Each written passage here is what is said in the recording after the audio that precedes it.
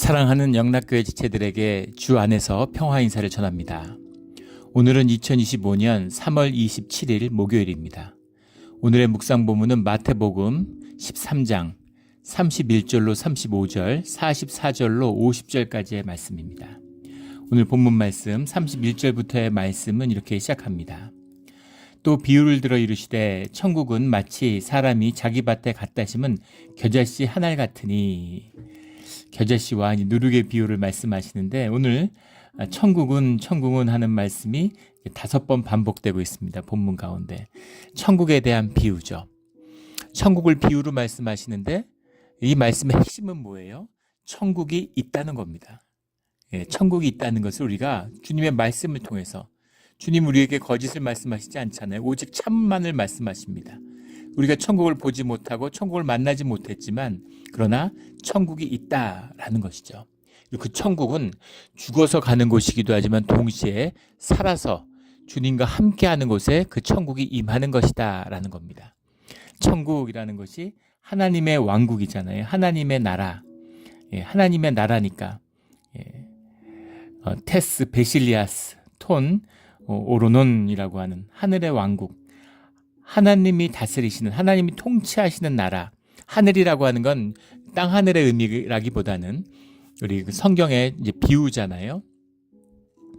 땅에서는 상상할 수 없는 질적으로 다른 본질의 세계를 이야기하는 거죠. 현상계에선 짐작할 수 없는 본질의 세계. 그 본질의 그림자, 본질의 그림자로 비춰진, 현상이라고 해서 그럼 완전 다른 거냐? 그렇진 않죠. 본질의 세계가 실제화되고 본질의 세계의 그림자와 같은 것이 이제 현상계입니다.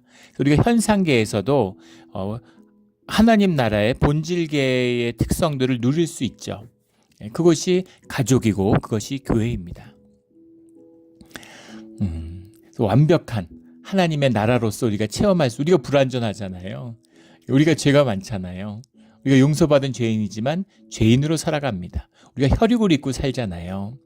그러니까 온전한 하나님 나라를 이룰 수가 없죠, 땅에서. 그러나 하나님의 통치를 받고 하나님께 순종하는 자들, 그곳에 임하는 하나님의 나라가 우리의 교회의 원형적인 모습인 겁니다.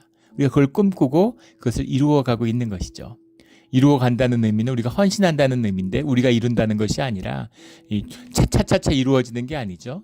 그러나 주님의 나라는 우리에게 임하는 것이지만 또 우리가 준비하지 않고 우리가 아무것도 하지 않는데 그냥 툭 떨어지는 그런 것은 절대 아니라는 거죠. 그래서 주님의 지체가 되어가는, 우리가 부부 생활 생각해 보시면 알잖아요. 부부가 이렇게 되는데 처음부터 부부고 결혼한 신혼 첫날부터 부부가 되나요? 부부가 됐죠. 그러나 아직 부부가 아니죠. 부부가 되어가는 거죠. 같이 살면서 아픔을 딛고 고난을 딛고 어려움을 딛고 서로에게 실망하고 상처받지만 또 서로를 위로하는, 사랑하는 삶을 함께 살아가는 라이프 투게더를 이루면서 서로 부부가 되어가는 거죠. 정이 생기고. 우리 교회 권사님 그런 얘기 하세요. 남편이 아주 그냥 기운도 있고 씩씩했는데 나이가 들어서 60이 넘고 이러니까 누워 자는데 보고 있으면 그렇게 안쓰럽고 안 됐다는 거예요. 머리가 희끗희끗해지고 기운도 없고 지쳐가지고 자는 모습을 보면 그렇게 속이, 마음이 그래 안쓰럽다고 얘기를 하시더라고요. 그렇게 부부가 된 것이죠. 애통하는 마음, 안쓰러운 마음, 그 마음으로 하나가 되는 거죠. 그렇게 천국을 이루어가는, 천국으로 임했지만 또 천국이 되어가는 그 과정을 살고 있는데 그 천국을 주님이 비유로 말씀하고 계시는 겁니다. 비유라는 것, 하늘에 있는 것을 땅의 것으로 어떻게 표현할 수 있겠어요? 본질의 것을 현상으로 어떻게 표현할 수 있겠습니까? 현상이라고 하는 그릇에 본질의 것을 담는 거죠. 비유적으로 이야기하는 거죠. 그래서 비유로 말씀하시는 거예요. 현상의 것으로, 표면적인 것으로 거기에다가 그 숨겨져 있는 본질의 것을 표상하는 그 뜻을 담는 겁니다. 그렇게 말씀해 주시는 거죠. 그런데 천국은 마치 자기 밭에 갖다 심은 겨자씨 하나 같으니, 자기 밭이라는 것도 의미심장하죠. 주님의 밭, 주님의 것입니다. 또 자기의 분깃, 내게 주어진 축복의 땅이죠. 그곳에 심은 겨자씨 한 알인데, 겨자씨라고 하는 것이 이제 아주 작다고 그러죠. 굉장히 작은데 또 그 작은 알, 씨 중에서도 가장 작은 씨인데 그 씨가 자라나면 실제 한 3m 된다고 그래요. 팔레스타인 지역에서. 그래서 겨자씨를 심어서 사실은 배춧가에 속한 풀이라고 그러죠. 생물학자의 말에 의하면. 겨자씨는 나무가 아니고 풀이래요. 근데 이게 3m가 자라니까 눈으로 보기엔 나무 같은 거죠. 그래서 이제 겨자나무라고 부르는데 이걸 정원수로 쓴다고 그래요. 잎사귀가 이렇게 막 펼쳐져서 이렇게 흐드러지게 이렇게 펼쳐지니까 그늘도 지고 이러니까 좋잖아요. 정원수로 많이 쓴답니다. 팔레스타인 지역에서는. 겨자씨 하나를 묻는 거죠. 겨자씨의 비밀은 뭐예요? 생명이라는 겁니다. 한 줌의 씨앗이 있고 그 다음에 세상에 태산같이 쌓여있는 트렁크 무슨 컨테이너에 채우고도 남는 그 산더미 같은 트럭, 뭐 17톤 트럭을 채우는 그런 수십 톤의 쌀이 있다. 여기에는 벽씨가 한 줌 있다. 그러면 뭘 선택하시겠습니까? 뭘 선택하시겠어요? 현상적으로 보면 산더미 같은 쌀을 선택하지 않겠습니까?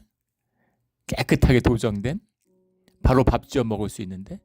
그런데 벽씨 한 줌은 뭘 어디다 써요? 뭘 하겠습니까? 벽씨 한 줌으로.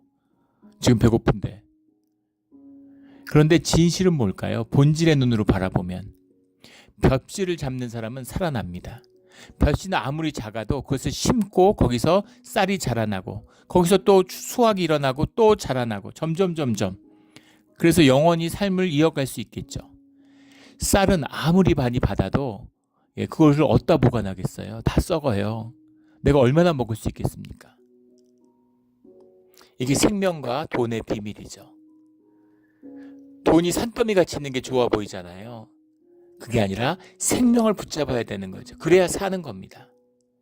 그래서 씨는 아무리 적어도 씨는 생명이기 때문에 피어나고 자라나고 30배, 60배, 100배의 열매로 피어나가는 것이죠. 그런데 열매를 받으면 열매는 다 썩어버려요. 당장은 많이 먹고 배불러 좋을 것 같지만 결국은 죽는 길이라는 거죠. 이게 생명과 세상, 생명과 돈의 적절한 대조입니다. 이게 겨자씨 한 알의 비밀이죠. 한 알과 같으니 가장 작은 씨인데 그 씨 중에 한 알 같은 가장 소박하고 소탈한 하지만 진실을 붙들고 있고 생명을 붙들고 있는 현상계에서 보면 감추어진 은밀하게 감추어진 보이지 않는 보잘것없는 것처럼 보이지만 사실은 이것이 세상을 움직이고 변화시켜가는 비밀이 되는 거죠. 그게 교회잖아요. 초대교회 불과 수십 명이 열댓 명이 가정집에 모여가지고 서로 말씀 나누고 밥 먹고 찬양하고 기도하고 하수구 같은 데 숨어서 노예와 자유인과 주인과 여자와 유색인종과 뭐 다 섞여서 하나가 되는. 근데 그런 사람들 노예들 뭐 그런 여인들이 주축이었다고 그러는데 모여가지고 같이 예배 드리는 게 세상에 무슨 뭐가 될 수 있을 것 같이 보였겠어요. 그런데 그 초대교회가 로마 시대를 뒤집고 역사를 뒤집고 역사에 가는 방향을 완전히 바꾼 것입니다. 그게 이제 교회의 비밀이죠. 그게 교회의 비밀입니다. 그게 겨자씨의 비밀, 생명의 비밀이죠. 32절에 이는 모든 씨보다 작은 것이로되 자란 후에는 풀보다 커서 나무가 되매. 나무라는 건 생명의 표상이죠. 성경에서 늘 나무가 상징하는 건 생명이에요. 또 나무가 상징하는 건 십자가죠. 십자가가 생명의 표상이잖아요. 죽지만 살아나는, 계속 죽지만 계속 살아나는 겁니다. 영원한 생명을 이어가는 생명의 비밀의 표상이 나무고 십자가죠. 또 이 나무, 이 십자가가 사실은 구약의 전체 가르침의 결산입니다. 총 결산, 이걸 예수님이 몸으로 보여주셨죠. 하나님이 세상을 만물을 창조하셨는데 그 죄 가운데 있을 수 없는 아담과 하와가 천국을 나섰죠. 그런데 주님이 그들을 쫓아낸 게 아니라 그들과 함께 나오셔서 그들과 함께 하신다는 겁니다. 그게 십자가예요. 광야에서 그 습기차고 냄새나는 그 수달 가죽 같은 거로 뒤집어 씌워놓은 그 천막 안에, 그 언약궤 안에 주님이 함께 하시잖아요. 머무시잖아요. 그것이 주님의 낮아지심이고 주님의 십자가입니다. 그걸 통해서 우리와 함께 하시는 거죠. 그 가르침을 주고 계세요. 그 표상이 나무죠. 나무가 되면 공중의 새들이 와서 그 가지에 깃드느니라. 새들이 깃드는 거죠. 생명이 함께 연합하는 겁니다. 생명의 비밀이죠. 생명이 열리면 생명이 찾아와요. 주님을 이제 2000년에 이렇게 영접했는데 2000년에 주님을 영접한 다음에 사실 주님을 다시 만나게 되는, 그러니까 뭐라고 그럴까요? 뭐 물 세례를 받았으면 성령 세례에 비유할까요? 주님을 깊이 다시 만나게 되는 그런 경험들을 2005년에 하게 됐는데 2005년, 2006년 이제 그 시기에 굉장한 영적 부흥을 경험했습니다. 근데 그때 이제 같이 막 기도하고 막 그런 시간을 보냈던 이제 그런 분들을 이렇게 떠나게 되는데, 그래서 앞으로 어떻게 또 이런 사람들을 만날까? 근데 그분들이 그런 얘기를 하시는 거죠. 영이 열렸기 때문에 이제 영의 사람들이 찾아올 거라고. 근데 그 뒤로 계속 그런 분들을 만나게 돼요. 영국에 가 있는데도 참 놀라운 이런저런 인연으로 사람들이 계속 찾아와서 같이 기도하고 같이 하나님 안에서 하나 되는 그런 경험들을 해나가게 됐습니다. 그래서 주님을 영접하면 주님의 사람들을 만나게 돼요. 이것이 영의 교통하는 비밀입니다. 이 교회의 비밀이기도 하죠. 우리 그런 교통 가운데 나무로 자라나는 생명으로 살아가는 우리 모두가 되기를 주의 이름으로 축원합니다. 33절에 또 비유로 말씀하시되 천국은 마치 여자가 가루 서말 속에 갖다 넣어 전부 부풀게 한 누룩과 같으니라. 이 비유를 이제 굉장히 부정적으로 하는 말씀도 들어본 적이 있어요. 천국은 마치, 천국은이라고 앞에 달려 있는데 여자가 그 여자를 굉장히 부정적으로만 해석하려는 분들이 있습니다. 왜 그런지 모르겠는데, 그래서 여자가 뭐 이세벨이고 가루 서말이 준비됐는데 거기다 누룩을 넣어서, 누룩도 이제 부정적인 의미로, 여자도 부정적인 의미로 받아들이는 것이죠. 그런데 32절과 또 나중에 44절부터 이어지는 맥락 속에서 봐야죠. 부정적인 의미가 아니라 긍정적인 의미죠. 천국은 이렇다는 거잖아요. 그래서 가루 서말, 이 말이라고 하는 거는 사타라는 말인데 히브리어에 나오는, 구약에 나오는 스하하고 같은 말이죠. 3분의 1 에바, 1 에바가 22에서 23리터 정도 된다 그러니까 서말이면은 1 에바에 되는 거죠. 23, 22리터면은 그 굉장한 양이잖아요. 상당한 양이죠. 지금 우리 뭐 한인마트 같은 데 가면 보통 파는 쌀 같은 게 한 20리터 되죠. 코스코 같은 데 가면 이제 한 코스코 쌀 같은 거 한 2에바, 2에바 되는 거고, 우리 한인마트에서 파는 쌀들은 이제 이제 1에바 정도 되는 거죠. 그러니까 상당한 양이라는 걸 알 수 있습니다. 그 가운데다가 누룩을 놓으면은 문제는 누룩이 부풀잖아요. 그러니까 이제 부풀어 올리는 건데 질적인 변화, 양적인 변화이지만 질적인 변화이기도 하죠. 물론 밀을 바로 구워도 먹을 수는 있지만은 거기에 작은 누룩을 조금만, 이스트를 조금만 넣으면은 걷잡을 수 없이 부풀어 오르게 되죠. 그런 생명의 씨앗의 역사, 앞에 겨자씨와 만나는 이야기잖아요. 그래서 그 안에 진실이 담겨지면 부풀어 오르는 그것이 이제 빵으로 자라나게 되는 그 역사를, 그래서 긍정적인 의미로 보는 것이 맞을 것 같습니다. 또 44절에 천국은 마치 감추인 보화와 같으니 사람 이를 발견한 후에 숨겨두고 기뻐하며 돌아가서 자기의 소유를 다 팔아 그 밭을 사느니라. 세상의 지혜를 이야기하는 것이 아니죠. 뭘 팔아서 뭘 사라는 얘기가 아닙니다. 나의 소유를 다 판다는 의미는 뭐예요? 나의 소유가 보잘것없다는 의미죠. 아무짝에도 쓸모없다는 얘기입니다. 생명을 보았는데 감추인 보화, 진짜 보화를 만난 자는 허접한 것을 다 버리게 되는 거죠. 그래서 정말 내 소유가 있을까요? 내 소유도 있죠. 천국에 갈 때 가져가는 게 내 겁니다. 천국에 가져가지 못하는 건 내 게 아니에요. 그 내 거라면 내 맘대로 돼야죠.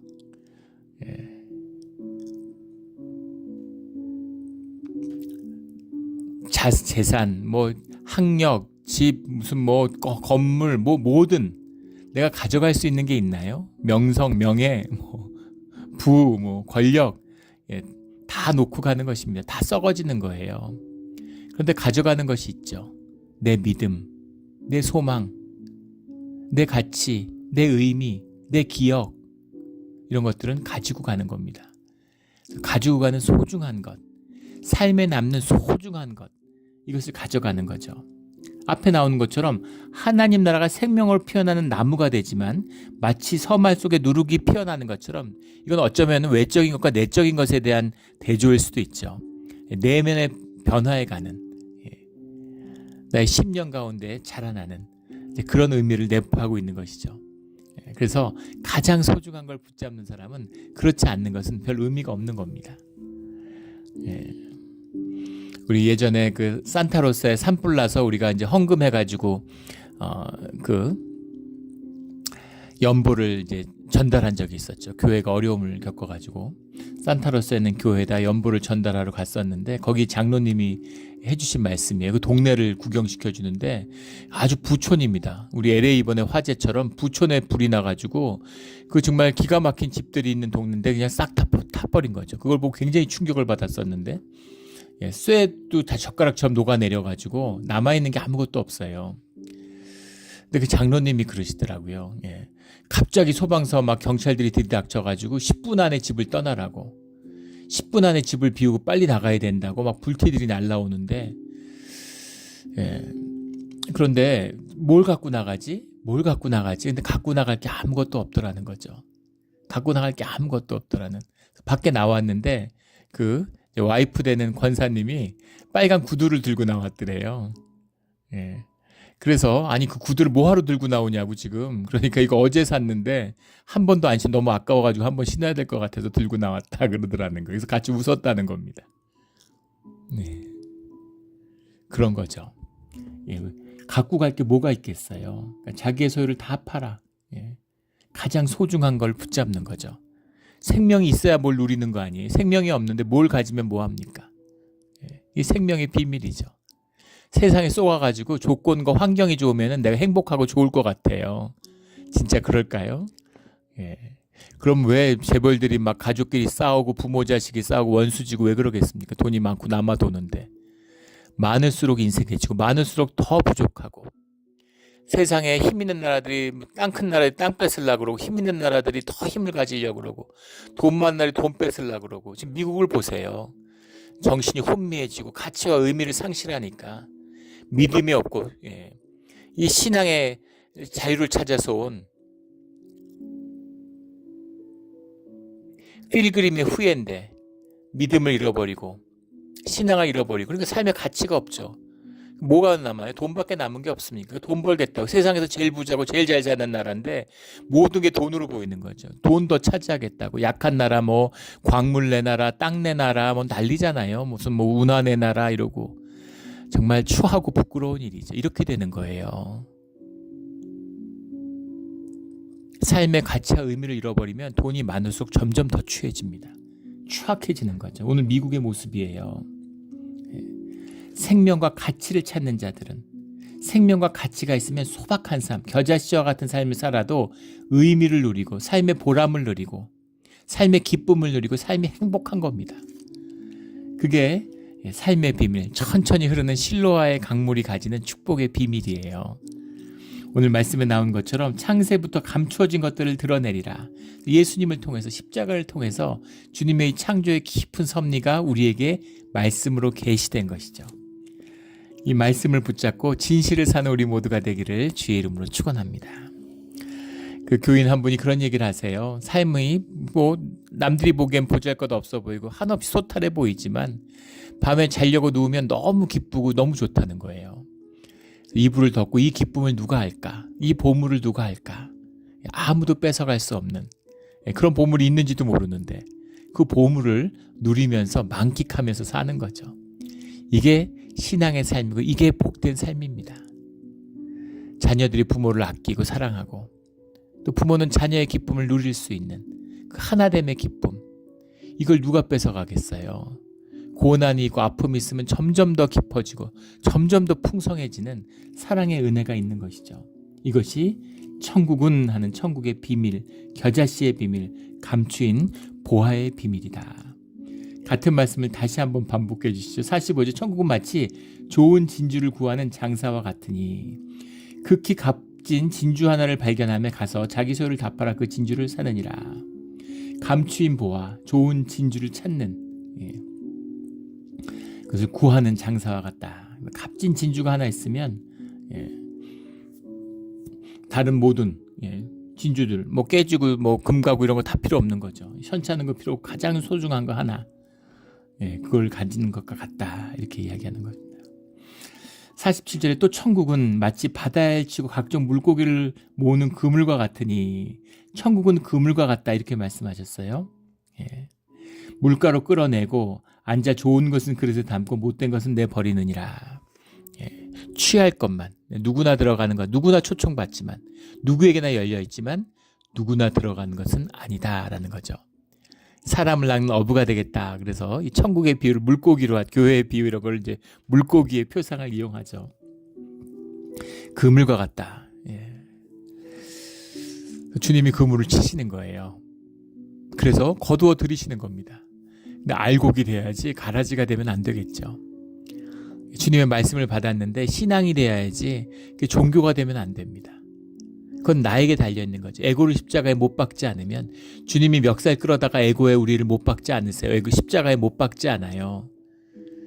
십자가 앞에 인도함을 받았는데 십자가의 의미를 가르침을 배웠는데 십자가의 못을 받기 위한 십자가에 나아가는 그것은 우리의 자원함입니다.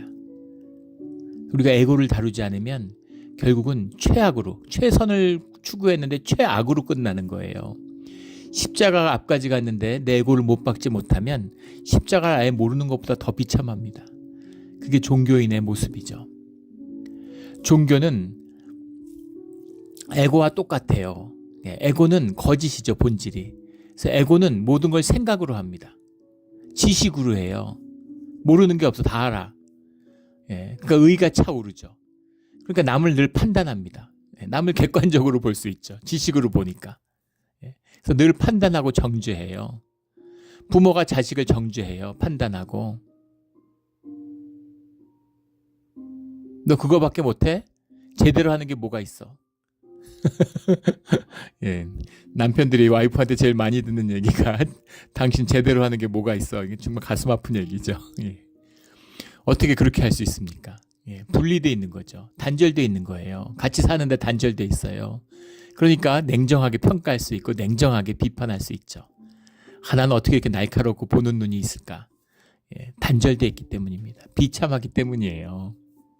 생각으로 못할 게 뭐 있습니까? 하늘 보좌에 앉아서 하나님도 판단해. 하나님 어떻게 이런 식으로, 하나님의 섭리는 어떻게 이 모양입니까? 그리고 하나님도 판단을 하고 정죄하죠. 이게 에고의 모습이에요. 에고는 변하지 않아요. 에고는 늘 똑같습니다. 왜냐하면 생명이 아니기 때문이죠. 나이 들고 병 들면 썩어지지 변하지 않아요. 죽지 않아요. 가짜니까. 생명이 없는데 죽지 않죠. 다 생각으로 하는 겁니다. 의가 넘쳐요. 에고와 종교가 똑같은 겁니다.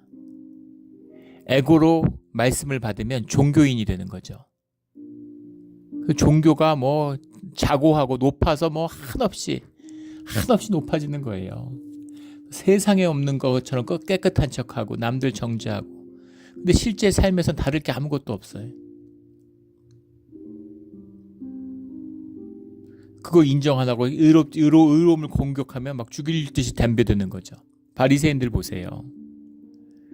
세상의 생명을 만나면 경의와 경탄으로 받아들이는 게 아니라 위협과 위험으로 받아들입니다.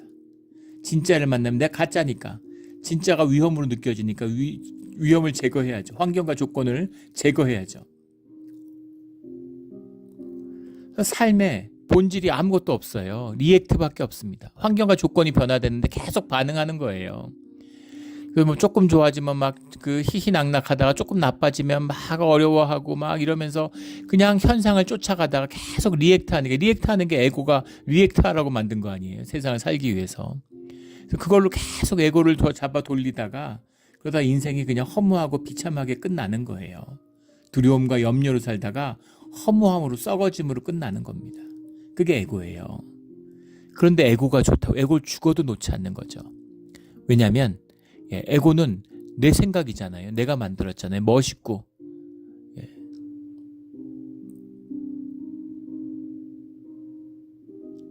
큰애가 직장 생활을 하는데 경쟁이 막 격화되고 이러니까 실패할까 봐 두렵다라는 얘기를 하더라고요. 그래서 두려운 게 당연한 거고 늘 두렵다. 사람은 두려움 속에서 사는데, 그런데 세상에 성공하라고 주님이 우리를 세상에 보낸 게 아니라, 악한 세상 가운데 성공하라고 보낸 게 아니라 실패와 좌절과 절망을 통해서 주님을 만나라고 보낸 거다. 예. 그 고난과 어려움을 통해서, 실패를 통해서 성장하라고, 아픔을 통해서 성숙해지라고 보낸 거라고. 세상에 성공하고 안 하고 별로 중요하지 않다, 이런 말을 해줬어요. 그게 인생 가운데 우리가 깨달아야 될 비밀입니다. 나이 50, 60 됐는데 성공했다고 빡빡 우기면서, 자기보다 못한 사람들 정지하고 무시하고, 그래야 성공한 것 같으니까 마귀한테 놀아나는 삶을 사는 거예요. 최대 피해자는 자신이고, 자신의 부인이고, 아이들이고, 자기가 아는 모든 사람에게 자기 자신이 저주가 되는, 축복이 되라고, 축복하는 자가 되라고, 자식의 길을 열어주라고 불렀는데 그걸 막고 있는 거죠. 이것이 천국이 아니라 지옥을 사는 우리의 모습입니다. 세상의 삶의 모습이에요. 주님이 49절에 말씀하시죠. 세상 끝에도 이러하리라. 천사들이 와서 의인 중에서 악인을 갈라내어 풀무불에 던져서 거기서 울며 이를 갈리라. 앞에 나왔던 알곡과 가라지의 이야기, 그 말씀을 다시 한번 풀어주시는 거죠. 의인 중에서 악인을 가르는 것입니다. 악인 중에서 의인을 가르는 게 아니에요. 의인들 중에서 악인을 가르는 것입니다. 그래서 교회로 부름을 받지만 그 안에서 신앙의 사람, 믿음의 사람을 속에서 종교인을 갈라내는 것이죠. 이것이 주님의 심판이고 주님의 마지막 때의 일이에요. 우리가 종교생활 교회 나오는 날부터 종교생활 안 하고 신앙생활 딱 하는 사람이 어디 있어요. 다 종교를 시작하잖아요. 그러나 어느 순간엔 십자가를 만나야 됩니다. 십자가를 만나면, 통곡이 터지면 베드로인 것이고, 십자가를 외면하면, 돈을 붙들면 가룟 유다가 되는 겁니다. 우리의 교회 생활 가운데 십자가가 기다리고 있어요. 그 십자가를 만나고 그 십자가를 준비하는 시간이 이 사순절의 때입니다. 이 사순절의 때를 지나서 십자가를 만나고 우리 삶 가운데 부활의 기쁨을 만나는, 부활의 생명을 얻는 그런 우리의 신앙이 되기를 예수 그리스도 이름으로 축원합니다. 아멘. 기도드리겠습니다. 하나님 아버지, 감사합니다. 오직 주님의 십자가의 은혜로 우리가 살아서 천국을 누리게 됐습니다. 천국을 지키기 위해서 귀한 보석을, 생명의 씨앗을, 최고의 진주를 주님이 주셨는데, 이걸 세상에 들고 나와서 엿을 바꿔 먹고 성공했다고 기뻐하는 어리석은 삶을 살았습니다. 주님, 가장 소중한 것을 가장 소중하게 여기는 그런 우리의 삶이 되게 하여 주시옵소서. 감사하며 예수 그리스도 이름으로 기도드렸습니다. 아멘.